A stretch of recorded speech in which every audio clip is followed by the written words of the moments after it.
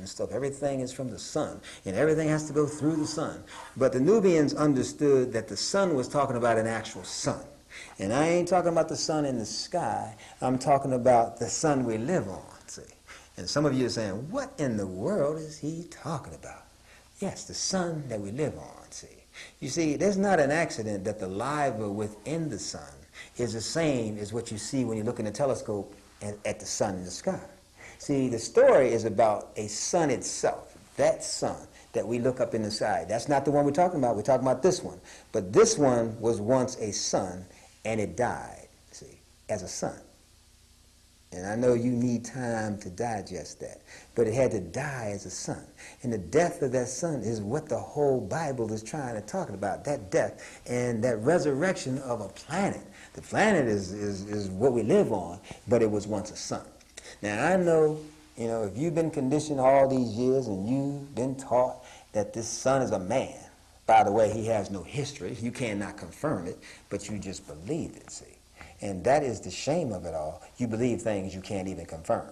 And some of you are not even going to look it up because you don't care. You've been conditioned so thoroughly, see, that it doesn't matter that you can't confirm it, see. It doesn't matter that you can go and look it up and won't find anything, see.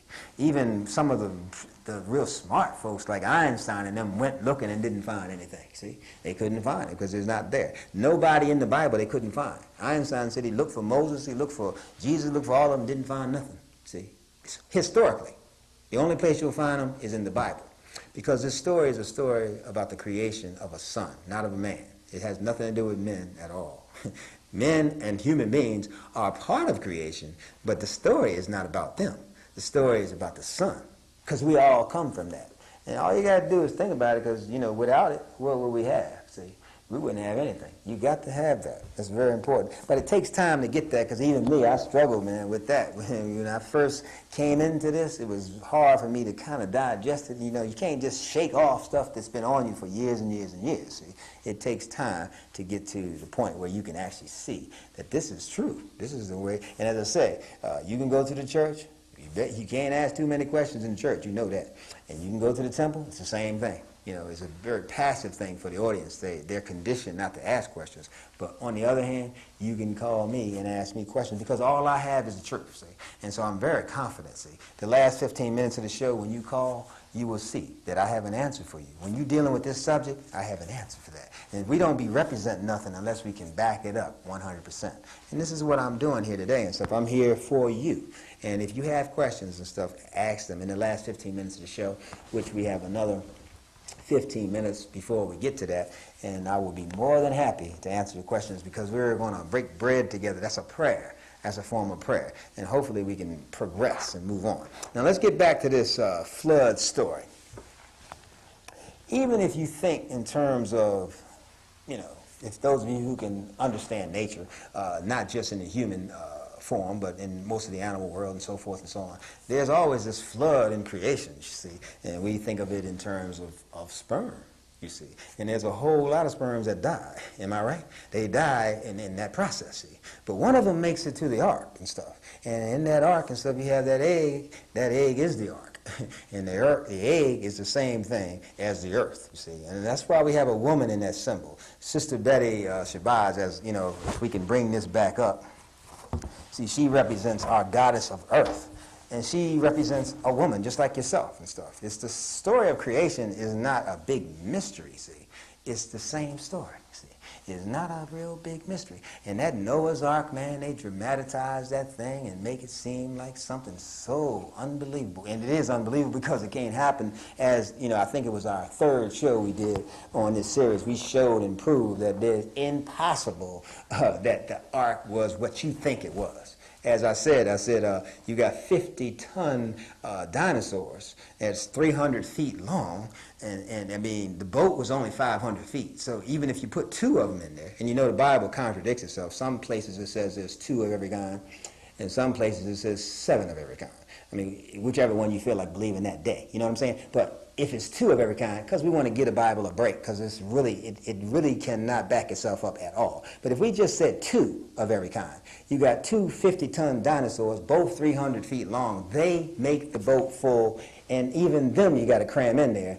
and the boat is full even before you get to anything else, you see. So we can't go over that again because we broke that down thoroughly on the third day of our creation, see. And if you still believe that story after, and if you watch that show and you still believe that that's a true story, ain't nothing I can do. I've done everything I can do. Now, as I said, Sister Betty represents that earth symbol. And she's just like you, sister. If you're out there in the audience, you're a part of creation, you see. And you can't have creation without a woman. The only ones that, you find that the Christians and these so-called, they're so-called major religions, they never have a woman involved in creation. See, there's always a God. He's a man by himself. But a man can't create nothing by himself. I'm sorry. That's just the way it is in nature. Una means one, and verse means idea. It ain't nothing different. You ain't never seen it.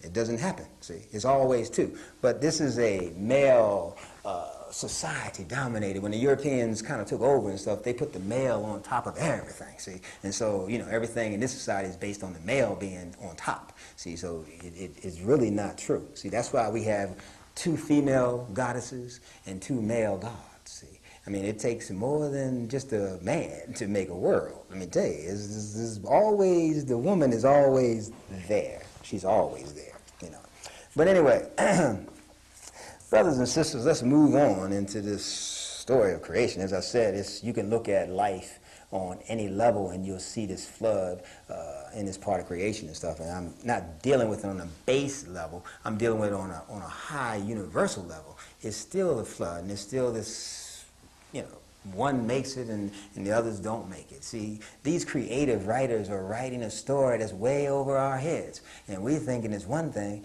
but it's really something else. Creation is creation. No matter where you look at it, it's the same thing. But there are those that make it, see, and then they go on to life, see. You see? And that's really what the story is about. It's really not about what you think. Now, let's look further. If you think about it, God even rested on the 7th day. Am I right? So Adam rested, remember? Adam rested on the 7th day. And think about Samson. Remember Samson? Samson, when he got down there with Delilah, remember?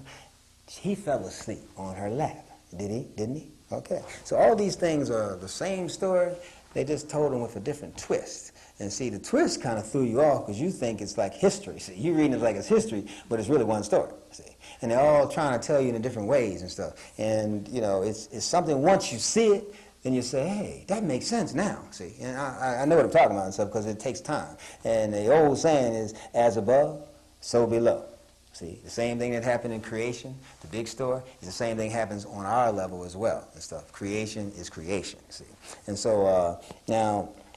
The whole fuss was this naked part, see. You remember the naked part? Okay, Adam is naked, and then that was trouble, you see, and he got some kind of curse behind that, am I right? And then you had Noah, who was our main focus on this series. He was naked. And that naked thing is where you always hear this problem, and the curse comes about after the naked part, right? Now, Samson, his hair was cut. Remember that? Now, it's the same thing, but you got to see what these creative writers was trying to do, see. He gets down there on the 7th level. This is the 7th level. And this is when his hair is cut, see. His hair is cut. But it's a very coincidental thing that Apollo was known as he with the unshorn hair. See, Apollo represents the sun. And see, in the Egyptians and stuff, they drew the sun with hair. You see? And they're talking about the sun and its rays. That's what it's talking about. And Samson is the same story because Samson means sun man. Samson is simply a sun myth. That's all it's about. So the clipping of the hair is when he gets down here. See, the clipping of the hair represents that period between the sun and the earth. See? And that period, you know of it in the Bible, is called Mesopotamia. But you look the word up. Mesopotamia means middle land. In the middle of involution and evolution. That's the middle land. That's where all the trouble begins and stuff. The sun no longer, it dies, and it becomes an earth. And even you who are staunch Christians and stuff, you know that Jesus died on Calvary, right?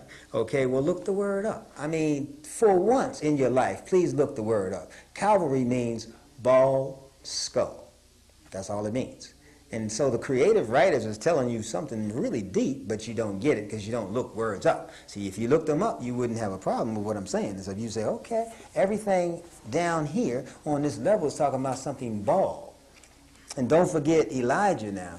Elijah, the little kids was mocking Elijah, and Elijah was on this point, he was going up. And when Elijah was going up, they said that they mocked Elijah, and they called him what? Read your Bible. It's in there. They called him bald head. That's what they called Elijah. See, but we're not talking about a man. All of this is about a sun myth. And so when the kids mocked Elijah, what did God do according to the Bible now? God sent some she-bears to eat those little children up. See? I mean, that's crazy for you to believe. I know I believed it too. But what kind of God would just would kill little children and stuff because they mocked a man that had a bald head? I mean, I know it's crazy, but we believe some strange things. I'm talking about, we just believe that a God can be that cruel to destroy children because they mocked, Elijah's bald head. But he ain't talking about a man. He's talking about this bald earth. See? And now we get back to Noah. That's what the whole bald thing is all about and stuff. He sees this naked earth. He ain't seeing a man. He's seeing a naked earth. Why?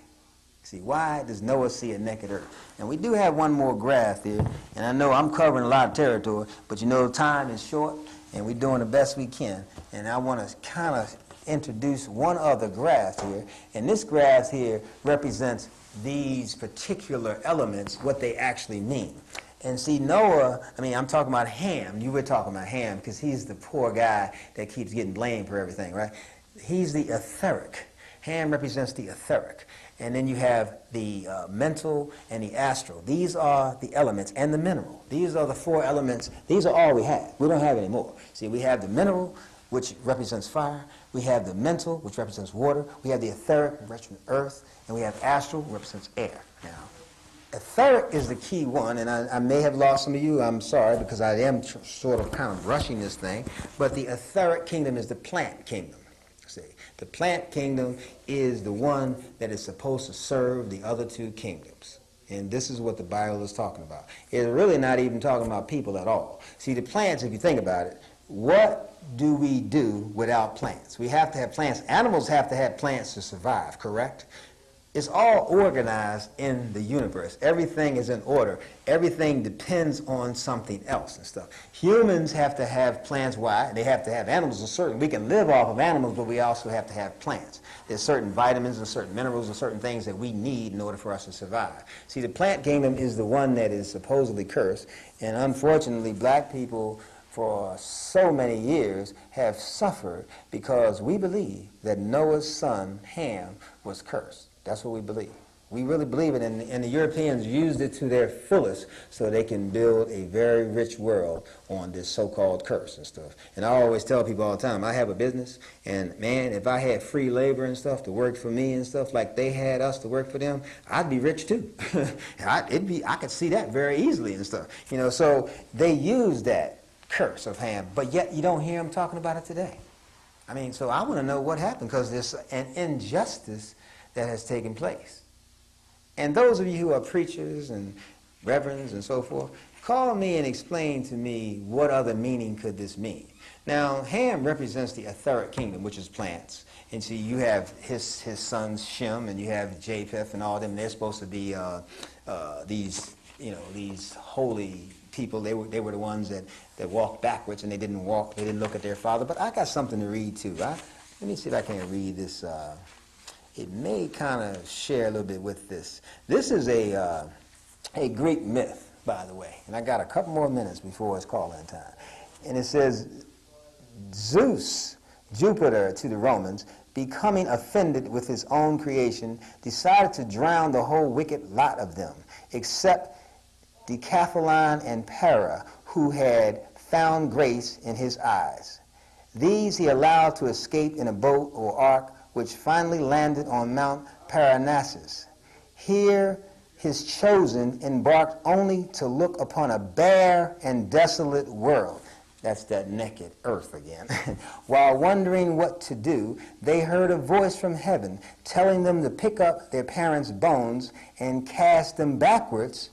This they did, and life sprang up to replenish the earth. Now, you can see the same story. See? And this is a Greek myth, and believe it or not, there's over 400 different versions of the Noah's Ark story. It's just that you never looked them up, see. Gerald Massey and stuff, who wrote a book of the comparisons of all the myths of people from ancient times and stuff. And as I said, the Jews, you know, they had a lot of work that they can build from. See, they took from all these different ones and put together a Bible, and they told you it was holy, that God gave this book to a special Jew and special people, and you believe that, see. But yet, if you did a little research, you would find out that all these stories have been here for years and years and years, way before the Jews even got together and thought about putting a book together, see.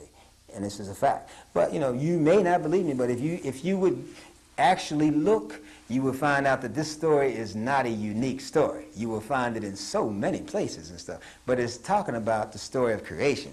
As it says, a bare and desolate world is what they found after they landed and stuff. That bare earth, that bald Elijah, you see, that Samson with his cut hair.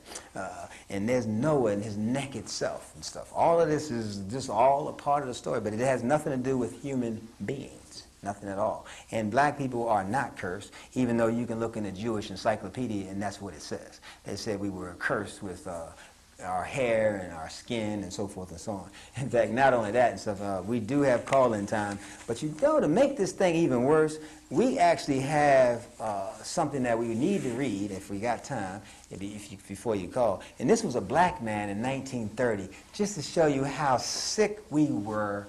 Not just were, but we still are in many ways. But this is a black man who, this is how he saw this whole thing. He said, God gave it, he means religion, to Adam, and took it away from Adam and gave it to Noah. And you know, miss, he's talking to an interviewer. He said, and you know, miss, Noah had 3 sons. And when Noah got drunk on wine, one of his sons laughed at him. And the other 2 took a sheet and walked backwards and threw it over Noah. Noah told the one who laughed, your children will be hewers of wood and drawers of water for the other 2 children, and they will be known by their hair and their skin being dark. So, miss, there we are, and that is the way God meant us to be. We have always had to follow the white folks and do what we saw them do, and that's all there is to it. You just can't get away from what the Lord said. Now, this is a black man in 1930, and someone's interviewing him, and his name is Gus Rogers, by the way. And it's a sad thing that this is the way our people think. Some of them still think that way, that this is the way it's supposed to be, based on something the Bible said, which cannot be confirmed, because the Bible, as I said, is a book of mythology. But if our people are still thinking that way, and many of them do, they really think that they're cursed. But yet, we don't hear anybody talking about it. I mean, we're within the 15-minute period right now, and I've been here for six weeks, and no preacher, nobody, no authority on the subject can call me and explain what happened to the curse. Because this is a black man I just read. He believes it. He believes it. And it's a sad and unfortunate thing. This is why I do what I do. I mean, it's not something I have to do, but I feel like it's a crime. It's a serious crime that our people believe that they're cursed. It's sad when you come into a world and all of a sudden, you know, you believe that you're a cursed people, see.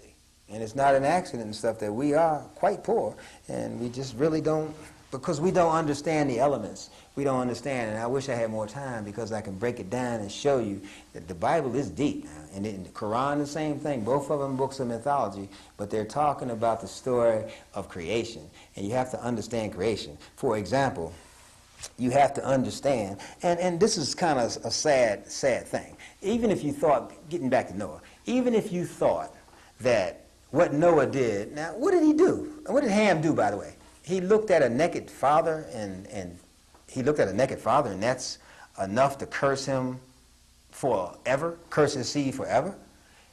Just looking at a naked father, and of course you said he laughed too. So, but Moses, if you think about it, Moses murdered a man, and isn't that worse? I don't understand. Looking at your naked father is worse than murdering a man? I mean, what is the book saying? I don't understand. You have to explain that to me, Mr. Reverend. I don't see how looking at your naked father and laughing should be so terrible an offense that your generations would be cursed forever and ever, according to the book. See, and I mean, Europeans should think about this too. If that is true, see, that these generations should be cursed forever and ever, then what about what your parents have done to us? You see, should you be also paying for that, offense, that crime? Should you be the one punished today for what your parents did? I mean, we really have to think on all sides. See, we circumnavigate things. We look at the whole thing. Now, you, as a European, should think about that. If that was so-called fair, and it's definitely not fair. I mean, even looking at a naked man's body should not be an offense anyway to be cursed. And that's like saying Elijah, the little kids that mocked him, should have been eaten up by bears. I mean, you believe stuff like that, and it's no wonder and stuff you can't figure out things when it comes to this religious thing. And it don't matter if you got a PhD, because I know some PhDs, they can't figure it out either. So it ain't got nothing to do with intelligence, and I'm not knocking your intelligence. It's just something about that knowledge of truth. If you don't get it and stuff, like I said, you can read the Bible all day, but if you don't understand creation, you'll never understand it at all. It's just something you won't get. So, brothers and sisters, as I say, we got like 10 more minutes, and we're winding down because this is our last show of the year, and we're always happy to come. We want to take a moment to thank Comcast and thank Mr. Johnson, who is the person who runs the station, and we want to thank Mike, who has run these cameras for us, and all the people that have helped us along this journey, and we've enjoyed it immensely. And hopefully next year we'll have more time and we can come back and break this down some more, because there's a lot to this. And we have our first call of the evening, so I'm going to shift my gears and come down a little bit, and hopefully we can have a nice interaction with our community. Greetings, caller. Hello. I'm reading the Jonah Truth book. I'm almost finished. And I got the Stolen Legacy. And I'm into that. So I'm watching it. Good. And see you next quarter. When you coming on again? Say it again. When you coming on again? Oh, we don't know for sure. We have to actually put in for more time for next year. And we won't really know until, probably sometime after next week we will know when we're going to come back on. But unfortunately, I won't be able to tell you. But if you can look out for, the advertising, we will be back on and stuff. Hopefully it's soon. And we do appreciate you watching our show. Okay. So then, I think last week somebody called about DVD or something, get at Barnes & Noble. I'm not sure. You went to Barnes & Nobles to get what? It's about a DVD. I don't know if it was your show or another guy's show. Okay, I'm not familiar with that. Okay, maybe with somebody else. Okay. Okay. See you next time. Okay, thank you. Yes, we remember the sister, she called us before, and I hope that she enjoys those books we had recommended. And like I say, our people, man, they went through some things. Sojourner Truth, man, she definitely had a great story to tell. And I never forget to tell people that she couldn't read and write, but yet you heard of her. That's something to think about, She couldn't read and write, but she said, I could sure read the people. And that is really powerful when you can read the people. We have another call. Greetings, caller. Yes, brother. I know your season is going to end. Wish you were going to be on and come back when you will, but I just always appreciate, ever since you first come on, the knowledge that you bring as we circumnavigate. And I want to know, do you ever, aside from being on the program, participate in any programs teaching the knowledge that you're dealing with? Yeah, well, I mean, anywhere I'm invited, I go. I do love to teach. There's no doubt about it and stuff. Sometimes, I have small groups. People invite me, and we sit around and we break bread together. Okay. So it's anywhere I'm invited, I definitely will come. If you want to just leave your information up front and stuff, I'll definitely give you a call, and maybe we could get together. All right. I'll call back after you sign off. Thanks a lot, brother. Thank you. Okay, we thank the brother for his call, and You know, it's always nice to know that we have people out there in the audience that appreciates what you're trying to do, you know, because basically all you can do is try, you know, to do something. I love the fact that some people understand that passing the baton idea. Now, I showed you Malcolm, and I showed you Sister Sojourner Truth and Sister Betty and those types of people, but they're not actually with us today.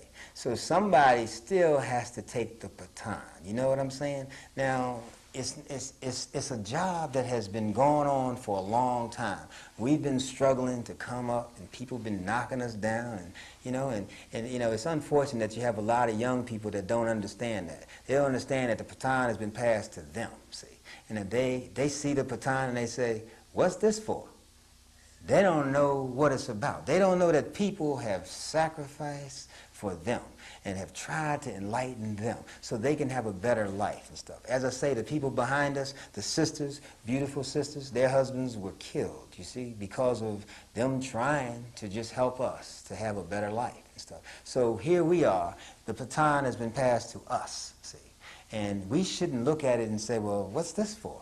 No, we should understand what it's for, that we all have something to contribute to try to help. And as we came on and we tried our best to try to enlighten our brothers and sisters, even if some of them didn't understand fully, maybe some of them did. Maybe some of them will take a little bit and grow on that, and you know, that's all you can do. But I know that the baton has been passed on, and I know that I have to do something. So this is what I do, and I appreciate you watching and listening, and I hope that I was able to pass something on, and maybe one of these days some of you listening out in the audience will have that baton and you'll say, I know what I have to do. See, I know, because it's just like the symbol of charity. Now, we had this symbol of charity, and I only got a few more minutes, but this one here, I'll lead with that. Charity is the most natural thing on earth. That's what I'm doing right now. This is charity. This isn't about money or anything like that. Money should not even be in the picture when it comes to this type of work. Money is here. This is a different thing. See, this is charity, meaning that somebody did this for you, see. Those sisters sacrificed their husbands. They did something for you. And you have to do something for them. If you don't understand charity, you don't understand life. I have another call. Okay. Greetings, caller. How you doing, sir? Fine. How about yourself? I'm doing wonderful. This is my first time actually viewing your program on TV. Well, that's good. I'd like to make a quick comment. I'm not really disputing what you say. I will say I love the Lord, but I've studied the Bible quite well, and I do not recall seeing anywhere in the Bible where it specifically said curse was pertaining to skin color or hair. Exactly. Hold on one second. Now, you probably didn't see it because you said this is your first time, but we actually broke that down. This was a few years ago. We showed all of the oral traditions of the Jews and all of the oral traditions of the Arabs, and all of them, when they began their slave invasions, that's what they had. That's what they used. In fact, in the Jewish Encyclopedia of Antiquities, you go look that up. It's hard to find it now. There's some of those books is hard to find, but the Jewish Antiquities book explains the oral traditions of the Jews, and it talks about black people being cursed with curly hair, black skin, and they also talk about long, private parts as part of the curse. So that's a good book to read now, but in the Bible it's not. But it didn't stop those people from enslaving black people because of that. Now these books that you're pertaining to right now, that you're speaking of right now, yes, it was written sometime, the books that you're talking about right now, yes, sir. They was written like after the Bible, right? These Jewish books. Well, the Jews still today have oral traditions. Let me going back. Let me explain why I asked you that. I asked you that for one reason. This is what I believe. This is my personal belief. Okay. From what I've gathered. Right. I do not believe that the Jews that are in Israel right now are Jews. Okay. That's one.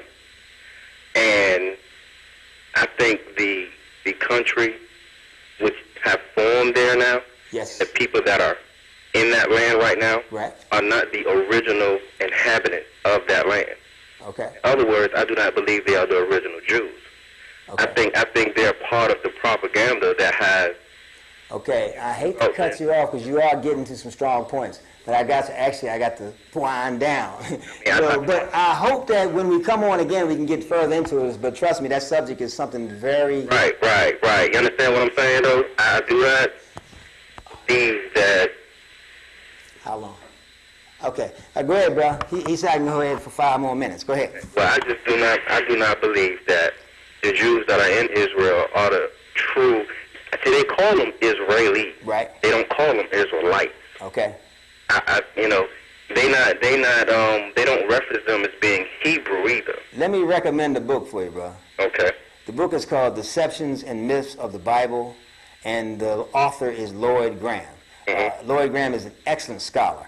And this subject, I've talked about it for the last 4 or 5 years, and it's a real deep subject and stuff. But I think if you want to really venture out and you want to read that book, or the Deceptions and Myths of the Bible, you'll find that there's no such thing as a Jew. But I got to answer this other call because he gave me a few more minutes, but they've been waiting for a while, okay? I appreciate it, though. Thank you, brother. I hope we see you next time. Yes, sir. Greetings, caller.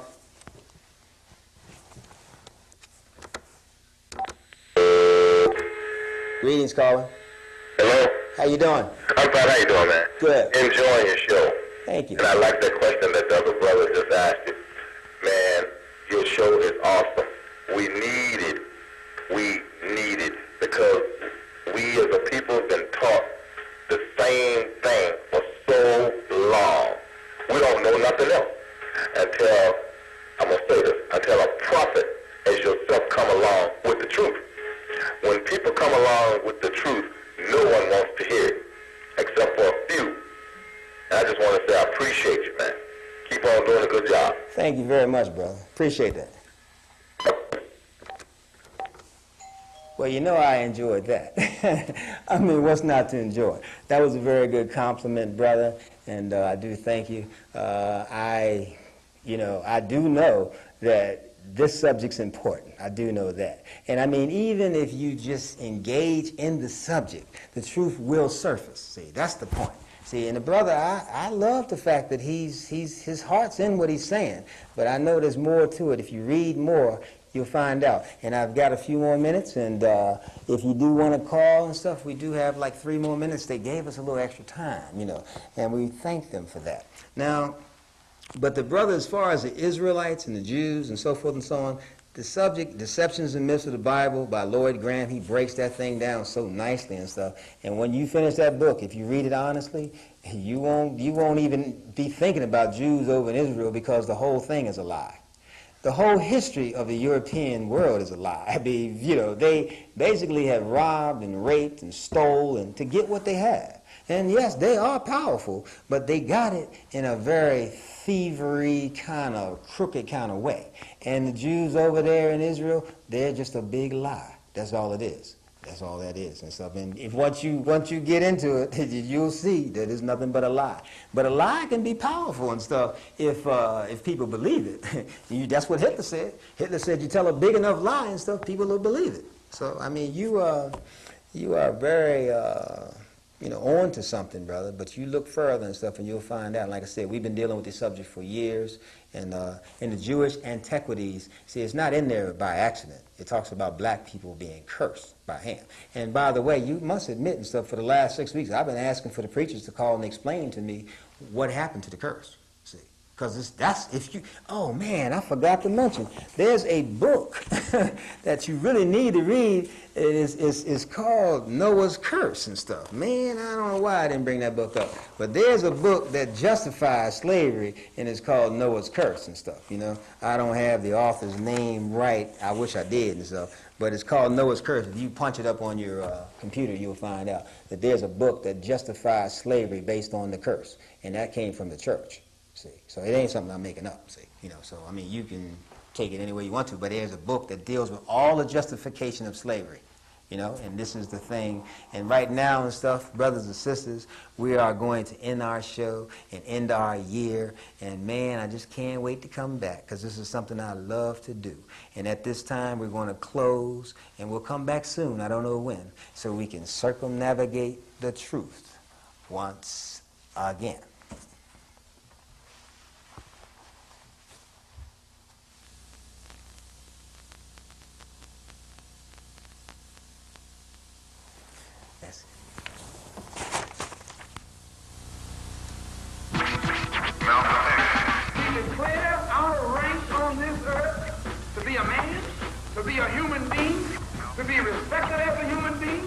to be given the rights of a human being in this society, on this earth, in this day, which we intend to bring into existence by any means necessary.